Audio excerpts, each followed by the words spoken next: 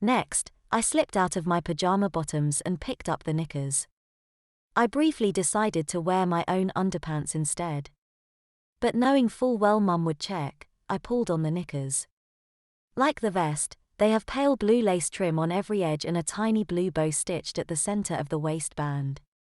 And like the vest, they fit very snugly and felt like nothing I'd worn before. The petticoat had no obvious front or back, just an elasticated waistband. I stepped into it and pulled it up to my waist. I looked down and could no longer see my legs or feet for its masses of layers, folds and pleats. It floated around me and caressed my thighs. I knew there and then that this was one garment one could not forget they were wearing. As I unzipped the dress, I figured that it, on its own, wouldn't be so bad. It's all the paraphernalia that goes with it. I hesitated before pulling on the dress. The zip is on the back, so how I'm supposed to fasten it I've no idea. Some minutes later, I'd managed to get it no more than a few inches up when I heard a knock on my door. "Who is it?" "It's me," said my sister from behind the door. "I need help," she paused, "with my zip." I opened my door and Susan stepped in, looking far more embarrassed than I felt. "I feel like a 6-year-old girl in this," she moaned. "Me too," I replied. I expected her to burst out laughing at me, but she didn't. She fastened up my zip and I asked her why they went up the back instead of up the front. "Because otherwise you'd be able to take it off," she replied as she tied the wide satin sash in a bow behind my back.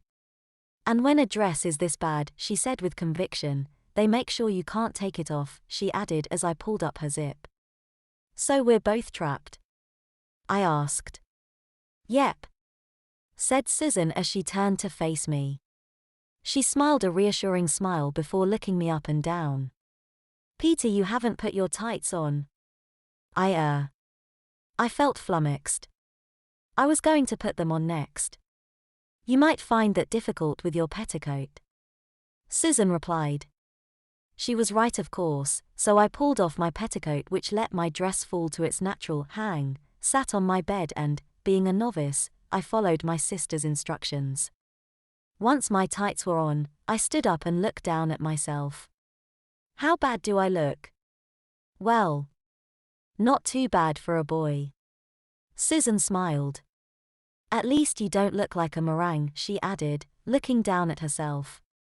"You don't look like a boy in a dress either," I said as I pulled on my petticoat and looked down.